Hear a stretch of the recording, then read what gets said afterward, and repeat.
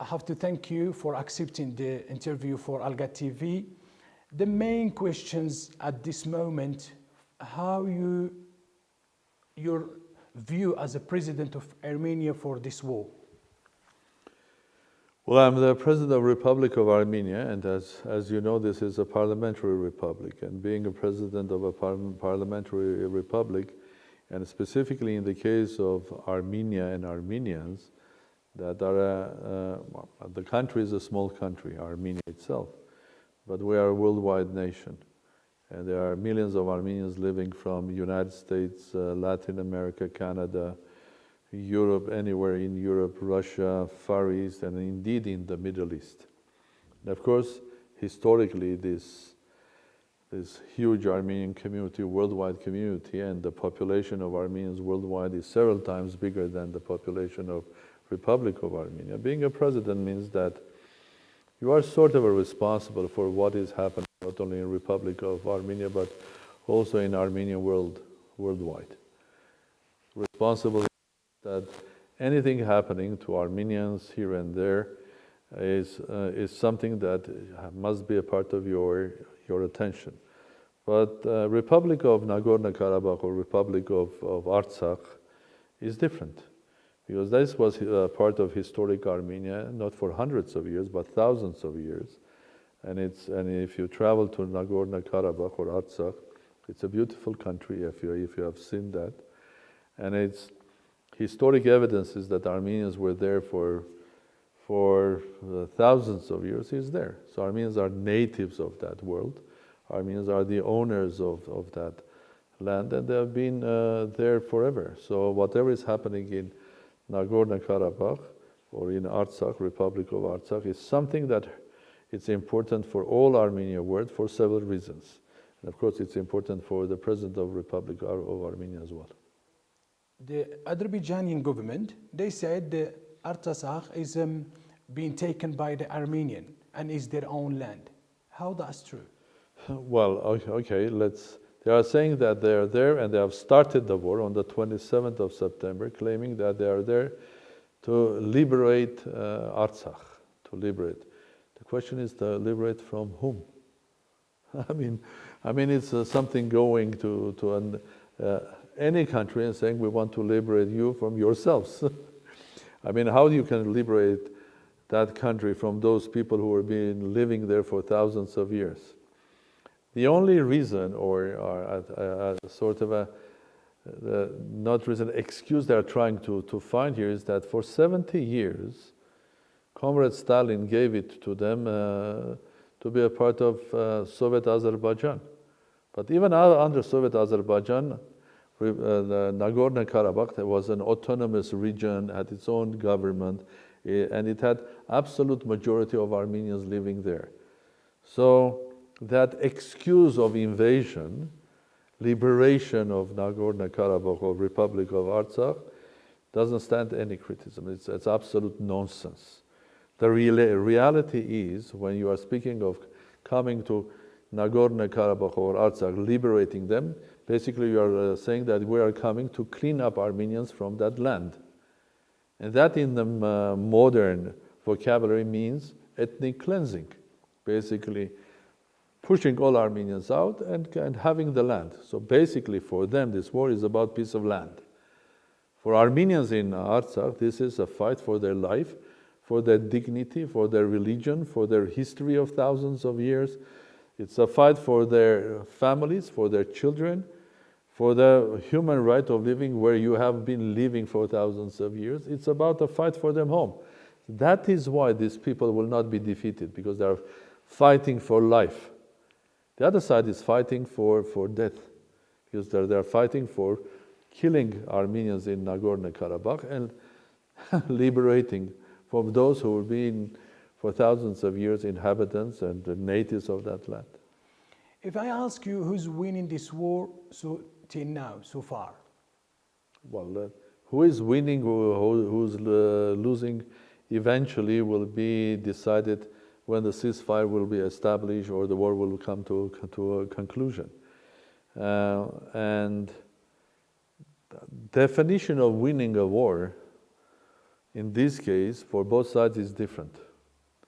Because Armenians were not interested at all in getting into war with Azerbaijan, because Armenians in Nagorno-Karabakh or our Republic of Artsakh didn't have any intention of starting a war and invading Azerbaijan, because they have their homeland, what they were focusing on building up their country. So they didn't have any intention of a war, and for them, winning a war means defending their homeland. Winning a war for Azeri side is killing all Armenians or pushing them out. Something that happened to Armenians 105 years ago at the end of Ottoman Empire in Turkey, when Armenians who were living in Western Armenia or Eastern Anatolia for again thousands of years were pushed by the Turkish forces. 1.5 million people were killed. Others ran away towards Syria, Middle East, towards the deserts of Deir Zor, and eventually they ended up in Americas, in Europe, in Russia, worldwide. This is how the Armenian diaspora was created. So this is another attempt of an Armenian genocide in Artsakh, in Nagorno-Karabakh, and surprise, surprise, who is present there? Who is taking part in this process? Turkey. Turkey is not only supporting Azerbaijan, Turkey is present, is actively involved in this war. So again, the answer to your question, winning a war for Armenians will be defending their homeland. Winning for Azerbaijan would mean just ethnic cleansing of Armenians. Let's see. So, as a journalist, I get confused by the Turkey's government speech. They said they are not involved in the war, but the second day or another half an hour, they said they are supporting Azerbaijan. So, can you explain it to me more clearly? Well, this Turkish diplomacy is famous, and I would like to remind here the famous words of Abraham Lincoln. He was saying you can fool the whole world for some short period of time, or you can fool a small group of people for a long period of time, but you cannot fool the whole world all the time. I think this is an attempt of fooling people, what is happening. Indeed, Turkey is fully involved in what is happening there. It's through their generals that are basically coordinating and running the world, through their officers who are participating, through their soldiers and advisors, through their military equipment and the drones that are crossing not only the borders of Nagorno-Karabakh, that some of them have crossed the borders of Armenia as well, through the military equipment that are provided to Azerbaijan, through the F-16 fighters that are used there. Azerbaijan doesn't have F-16 fighters. And the worst thing is that they brought together and they paid Islamist terrorists to come into this war. And this is not just my words, this is not journalistic words, this is facts that are not only processed but announced by several states and their intelligence organizations or departments. This is a fact. So Turkey is involved, and because of this involvement, it makes this war, today's war, much more complex than any clash that we had in Nagorno-Karabakh before. Because before, what we had was the people of Nagorno-Karabakh, or Republic of Artsakh, and Azerbaijan, basically, after the referendum in '91, when these people who had the absolute majority of the population of Nagorno-Karabakh voted for independence, and the answer to that, instead of coming and having discussions and discussing what to do next, the Azeri side decided to start a war and kill people. That's where we are. The role of Turkey is very important. As you said, whatever they do is very contradictory. On one side, sometimes they say we are not involved. On the other side, something is happening during this war. They are the first to react even quicker than Azerbaijani side. So I leave it to your audience to judge and to decide. Is that like what we see now in Republic of Artsakh or Nagorno-Karabakh? It's new crime again by Turkish against the Armenian, using this time Azerbaijan? Yeah. I think you can. I think describe this, whatever is happening. You can describe the whole situation differently. Depends what is your perspective and how do you look at it. If you look from the perspective of sort of a very unbiased political analyst, from the point of view of geopolitics, what you see here is Turkey is clearly in a process of becoming more important and forcing their presence in Caucasus. And basically trying to destroy the status quo that was there, not only between Nagorno-Karabakh or Artsakh and Azerbaijan, but generally in Caucasus. Trying to be more important and breaking all possible status quos and enforcing their presence there, enforcing their presence in Azerbaijan. They are very strong now in small autonomous republic of Nakhichevan, which is between Armenia and Turkey and belongs to Azerbaijan. I think Turkey has more influence now in Nakhichevan than the Azeri government. Now they are in Azerbaijan, very heavily involved in running the military. They have brought terrorists in huge numbers. They are pretending that they are there to defend or protect the international energy logistics, which is absolute nonsense. Because for 20 years that logistics, that pipelines are there, Armenians never shot even a bullet in that direction, allowing Azerbaijan to make billions of dollars and using that billions to buy arms and now using that arms to kill Armenians. So if Armenians had to shoot this pipeline, they would probably had to shoot it 20 years ago, not now. But Turkey pretends that they are there to protect it, but in reality they are there to have more control over the pipeline. That's making Europe a sort of a hostage. Because the pipeline is not only Azeri oil and gas, it's also the oil and gas from Central Asia or Caspian region going via that pipeline to Europe, for example. So if Turkey will sit there, obviously they will have control, and if they have a control, they will dictate when to open the pipeline, when to close it. So basically a lot of European countries will be depending not on their agreement, commercial agreement with Azerbaijan or Azerbaijani oil company or international oil corporations, but also on the will of Turkey and Turkish government and Turkish president. The same will happen to Central Asian republics or the countries of Caspian, because they'll be depending on Turkish will, either to allow this oil or gas to go or to stop it. So Turkey is trying to be dominant there. This is one perspective that you can look at it. The other perspective is coming in, using Azerbaijani hands. They are trying to teach a lesson to Armenians.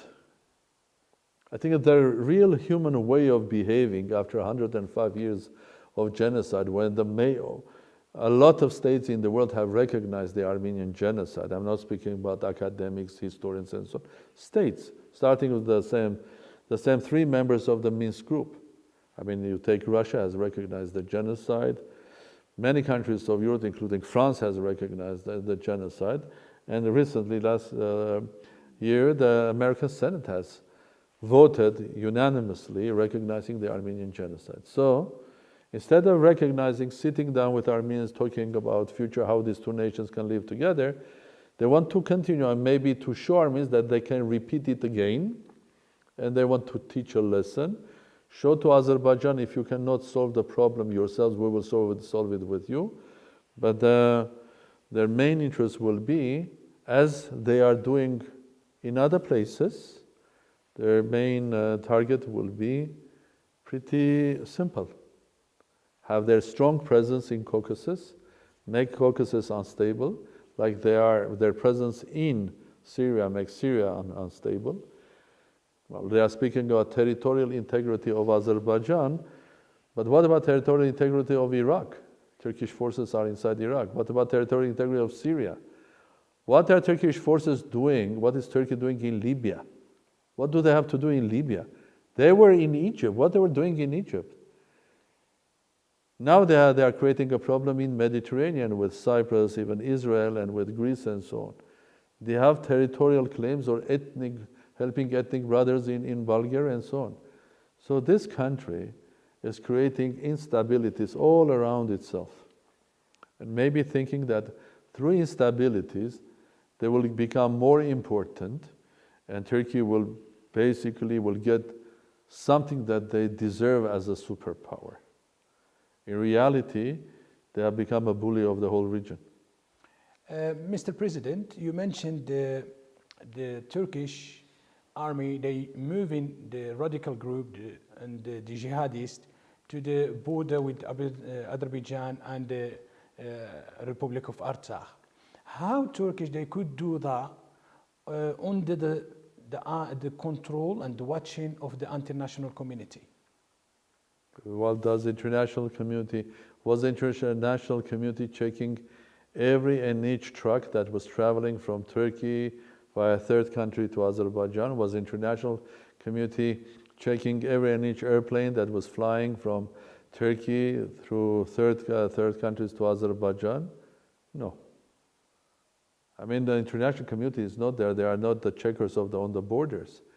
Well, I hope they will become checkers on the borders now, because when there is a war, I think the human dignity shows that during a war, even if you have a contract of supplying anything that is related to the conflict, that is related to killing people or destroying civilians, I think you have to restrain yourself, and you have to use the excuse that this is unexpected situation, and during the unexpected situation, any contract should be stopped until the war is over. But Turkey has moved huge number of jihadists and terrorists there, and these several thousands of them, are they going to leave Azerbaijan, or they are going to become another headache for Azerbaijan and for the region? What do you think? Russia will be happy having them on their southern borders? What do you think? Iran will be happy having them on their northern borders? And what do you think? Central Asian republics will be happy if these jihadists will be traveling from Azerbaijan into one of their countries? No. I mean, this is where it comes. The international community has to put tremendous pressure on Turkey, so in order to force Turkey to withdraw from this conflict. So if it's possible for international community to stop Turkey to make unstable places, well, you mentioned like Libya, Syria, and now is the border between Azerbaijan and Republic of Artsakh, and in many places like Mediterranean region as well. So do you think the international community could do something to stop Turkish not keep going? Well, I hope so. Otherwise, I think this snowball will grow and grow and grow and become a disaster for everybody. I think it should be stopped, and in my first interest that it should be stopped here in Caucasus, because this is a crossroad of many things, starting from Silk Road, energy roads, civilizations, everything. It's a place where different religions come together and live together for hundreds of years. So it's a very crucial place, and it should be stopped. And of course, while speaking about the international community, I think from United States, North America, Latin America, European Union, institutions really, international organizations, starting from United Nations up to European Union, NATO, other organizations, up to China. Anybody has to. But of course, in our view, I think the most important states that have sort of an obligation to do this are those three countries that are the co-chairs of the Minsk Group. The Minsk Group of OSCE was created in order to be a platform for negotiations between the parties, to come to final negotiated conclusion and status of Nagorno-Karabakh. I mean, international community has done a lot of work creating this platform, having the co-chairs, which are United States, France, and Russia. So how better you can get in this? And for more than 20 years, we were having the negotiations. And to be honest, there was a lot of progress during these negotiations, because the parties were negotiating every detail, and eventually they had on their negotiating table a lot of things agreed. What was not agreed, there were several principal issues. But you continue negotiating. You don't stop negotiating because you are unhappy. If you represent a nation, I represent a nation, or you represent an important company I represent, I cannot say I'm not happy with you and I stop negotiations, because the aim is to get a negotiated peace or settlement. And what is, if you don't negotiate, what is the alternative? Alternative is war and death. So what is your choice between negotiating peace, or you want to choose the not negotiated war that is taking lives of hundreds and hundreds of people from both sides, both our Armenian side of Artsakh and also Azerbaijan. So that is why I think the key factor is going to be if international community, and first of all, of course, it should be Russia. Why? Well, the United States is very important. The voice of U.S. President is very important. The European Union is very important here, and I would like to take this opportunity also to thank President Macron for his efforts. I would like to thank all three presidents for their efforts, what they are doing. And the third is Russia, but Russia has special position. It's not only a world superpower, but it is important that Russia is a country that has good relations both with Azerbaijan and with Armenia. And because Armenia is linked or connected to NagornoKarabakh, and it will support NagornoKarabakh, even if the state stops, the people of Armenia will continue doing that. I think the role of Russia is very important. And it was not only important, but also very vital and strong that interference of Russia, keeping calm in the region. Several clashes that we had during the last 20 years, including the one in 2016 and the one that happened this July, Russian military and the Foreign Office have been instrumental in stopping it and containing it in a small scale. Now Russia is trying as well, but today what is different, it's the scale of the confrontation and Turkey. That makes the whole situation much more complex. That's why I'm saying there is a clear path that I can see and many can see to ceasefire and peace and restart of negotiations, and that path is through Minsk process. But in order to restart Minsk process, in order to have ceasefire, then building up some trust, then bringing negotiators back to Minsk process, you have to exclude this phenomena, which is Turkey. Yes, Turkey is not a member of the Minsk group, a co-chairs of the Minsk group. It's trying to make its presence important. It's trying to force that I want to have my say, while that say is destructive. Three countries, all of them have very constructive role there. And they have one aim, which is to build up trust, to finish these negotiations, and come to negotiated peace. Well, Turkey doesn't have that aim. So it not can be neither a mediator nor a peace process part. If the Turkish army is not involved anymore in Azerbaijan, if it's possible, the Republic of Armenia and Azerbaijan could make a deal for example, to stop the war? Well, the answer to your question is the history of the last 26 years or 30 years. The first war that was early 90s until 94, and then a ceasefire was negotiated through international community, and that ceasefire stayed for 26 years. There was no Turkey.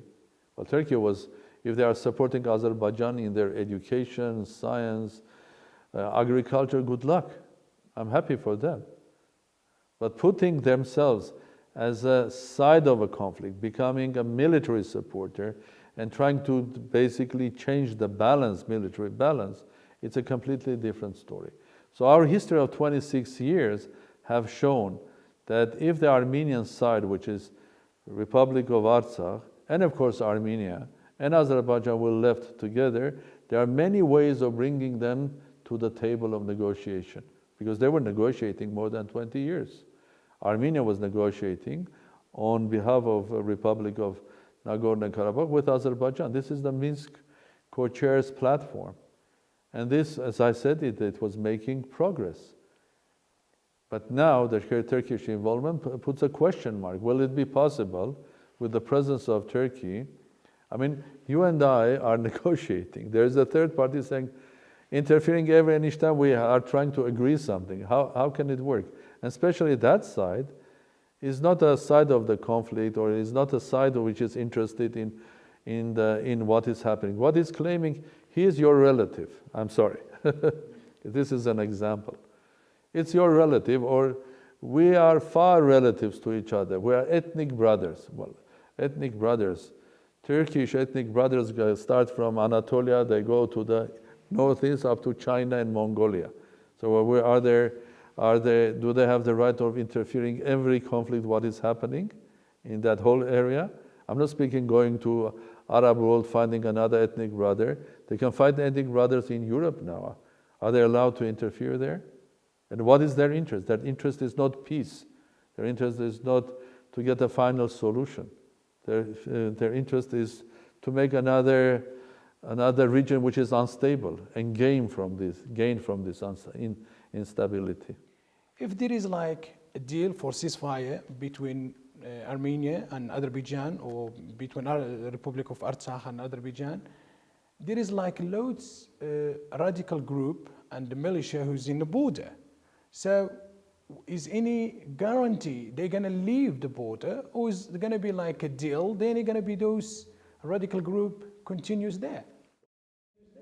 Well, first of all, I think your question is more to the president of Azerbaijan as well, because they're going to stay in his country.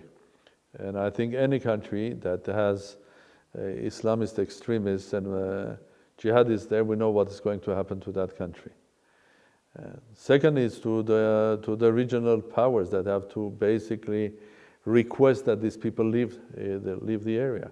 And third is to international community to request again to the party that has brought them in, and this party is Turkey, to take them back, because they are a source of great instability. If there is like a deal for ceasefire between Armenia and Azerbaijan, or between the Republic of Artsakh and Azerbaijan, there is like loads radical group and the militia who's in the border. So is any guarantee they're going to leave the border, or is there going to be like a deal, then it's going to be those radical group continues there? Well, first of all, I think who these jihadists are, numbers and so on, I don't even have to give it to you, because international organizations and the security services of several states have also already announced that. And I can refer you, the latest one was by the head of the Russian Foreign Intelligence, that confirmed that they are indeed there and in big numbers. So it's not my job to go into how many of them, and it's clear it's not about 5, 10 or 50 or even 100, it's big numbers. And we can see, on videos, visually, so they killed, captured, and so on and so forth, that they are there. And their presence there is completely unacceptable. Mr. President, you recalled your ambassador in Israel. Can you tell us why? Well, I can tell you that here in Armenia, in Armenian world, and also friends of Armenia are not happy the way the Israeli government is running its relations with others, openly claiming that the last, let's say, 20, 25 years, they had very good relations with Azerbaijan, and taking that as a ground to supply Azerbaijan with military equipment. They're openly doing that. And well, I just called the president of Israel a couple of days ago, and we had a long discussion about this. We know each other quite well. I was in Israel on the commemoration of the 75th anniversary of Holocaust. I called him, and the point that I was making was clear. Mr. President, could you please put pressure on your government and speak to your government? Because when your government is telling that they have signed these agreements with Azerbaijan years ago, and this is agreements to supply Azerbaijan with defensive weapons, it doesn't look true. First of all, Azerbaijan is using Israeli weapons not as a defensive but as an offensive. And these are the drones, these are rockets, these are electronics, everything. All is used as an offensive. So it's not your contract telling that it's a defensive one is not right, because this, all of these weapons are used as an offensive. Number two, it's not only offensive, it's offensive against civilians, which is completely unacceptable. And number three, it's not only it's offensive use against civilians, your government continues supplying during the war.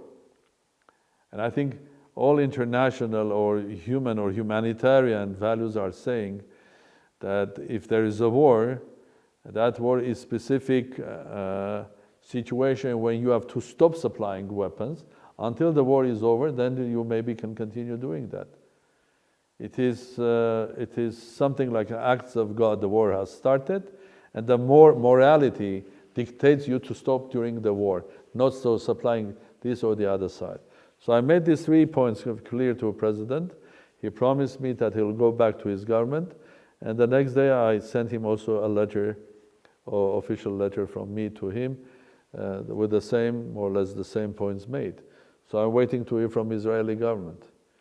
And specifically, it's difficult to look at the situation when you are speaking to a government that represents a nation that had the Holocaust.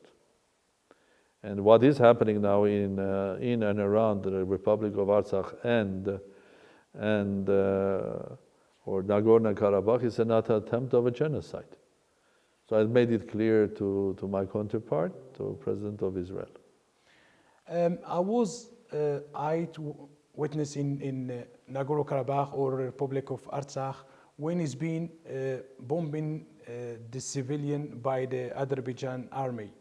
Are you going to do something to take anyone who is responsible for this to international court or to international community, or what are you going to do about it? Well, first of all, there is a huge humanitarian crisis there, because we are speaking of thousands and tens of thousands of women, children, families that have lost their houses, and that they, as refugees, are in Armenia. Well, they are not refugees in Armenia because they are in their bigger homeland, and the amazing thing is, even before the government started acting, individuals, volunteers started taking care of them. So this is another sign of there is no way that Azerbaijan or Turkey will win this war, because this war for Armenians is about existence. This war and for their homeland is a war for life. So people, you don't even have to organize them through government agencies, because people are self-organized. Like self-organized are the volunteers that leave their families here and they voluntarily go into to fight together with their brothers in Nagorno-Karabakh. So you don't have the government even to start acting when the individuals or NGOs starting taking care of these refugees. But the refugee crisis, I mean, the people who have been forced to leave their houses and their loved ones and coming to Armenia is big, and this is growing every day. This is one thing. So we have to take those who are responsible for this humanitarian crisis to the attention of international organizations, courts, and international community. And then, of course, I think eventually you cannot be easily playing with the game when you have a platform that allows you to solve the problem in a negotiated way, in a normal, according to international norms. And that platform is not just new, it is there more than 20 years. And everybody knows that this platform was also the source of peace in the region. You cannot come and in one day reject everything and start the war. That means you are taking the full responsibility of starting a war that was not necessarily necessary at all. This war was not necessary at all, because there was a path to peace through negotiations. It was you that decided that you don't go that path that you were walking for 20 years together with Armenians. Together you were walking that path to final resolution of the conflict. You decided to go differently. the path of death and war. There is a planning, Mr. President, for negotiating in Geneva, and another ones in next Monday on Moscow between both sides. What do you think about it, Mr. President? Well, the only thing that I can think here is any international effort, and this is an effort through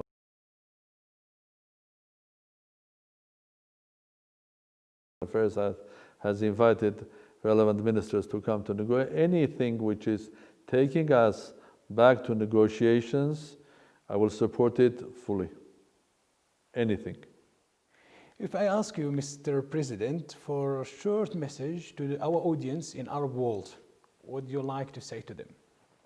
What I would like to say in the Arab world, I think it's so difficult to address to Arab world.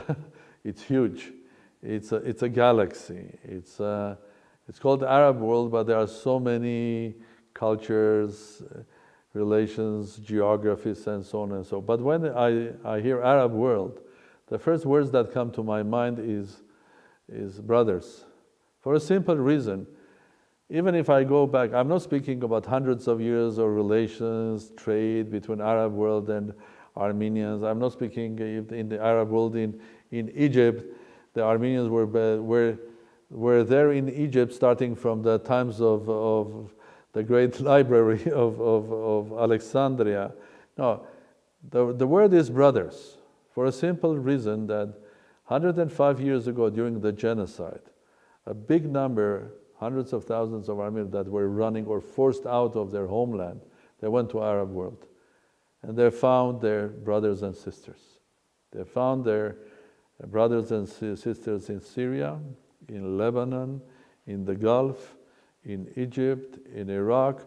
That's why we had these communities living everywhere in Arab world. So the first word that comes to me as to describe Arab world is this is a world of our brothers and sisters. And they have been also suffering themselves under Ottoman Empire. So this is a world that I don't have to describe what happened to Armenians 100 years ago. So my message to my friends in Arab world is, I pray God that your countries will stay in peace. I want to make sure that you know that if I can do anything to keep some prosperity and health in your world, in the Arab world of my brothers and sisters, I'll do that. And the third one, dear brothers and sisters, Armenia is facing a grave danger. The region is facing a great danger, and it's time that you raise your voice and support truth, support people of Armenia, and support stability and peace in the region. Thank you, Mr. President, for your time, and thank you for your great interview. And till the next time, thank you so much.